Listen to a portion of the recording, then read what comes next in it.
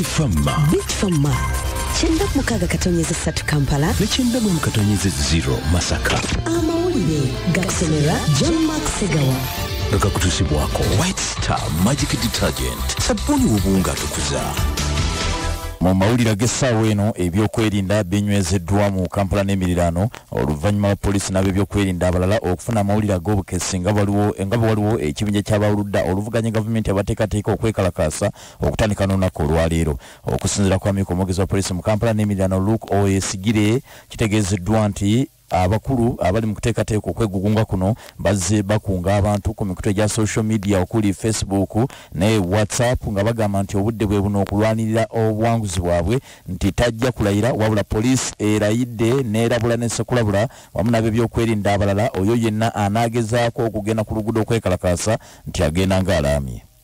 Yo police ngeyambibwako ejjere ggwanga erya UPDF mu district y'e Moroto baliko abakalamujja abanyazi b'ente bebakubye ebyasa bibagiddewo mu budde bebalumbye eddundiro ne basigezaako okunyaga ente eziwerera ddala 600. Akusinziira kwa Miiko kw'omwogezi wa poliisi mu kitundu kino eky'e Moroto Longore Michael wabaddewo okuwanyisiganya ebyaso wakati w'abazigu wamu n'ab'ebyokwerinda era gye biggweredde ng'ente 600 UPDF ezinunudde n'emmundu ekika kya submachine gun SMG 600.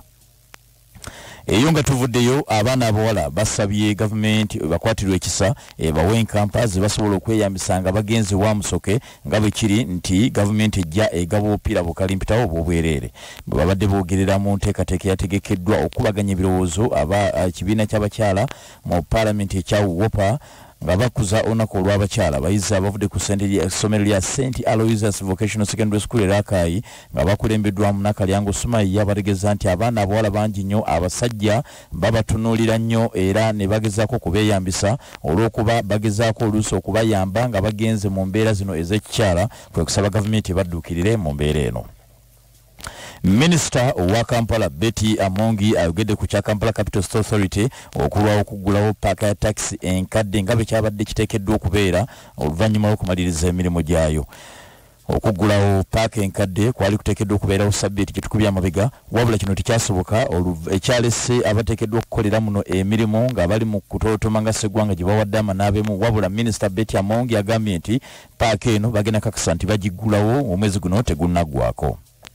Ate bo abakyala bakubiriziddwa okukubiriza abaana baabwe ab'obuwala benyigire mu nteekateeka ey'okusoma amasomo ga saayansi kyongereko ku bakugu abawala abasobola okukola emirimu gino. Akulira ekitongole kya Electricity Regulatory Authority Engineer Ziriya Tibarwa Wako agambye nti abazadde abasinga balowooza nti abaana abalenzi be bateekeddwa okusoma ebya saayansi wabula agambye nti n'abawala bangi nnyo abasobola okusoma amasomo ga saayansi era ne bakola bulungi emirimu gino olw'ensonga bonna obukugu babeera bafunye kyenkanyi. Banaffe bwe gatyo ge gabadde amawulire gafa ag'essaawa zino nze John Mark Segawa.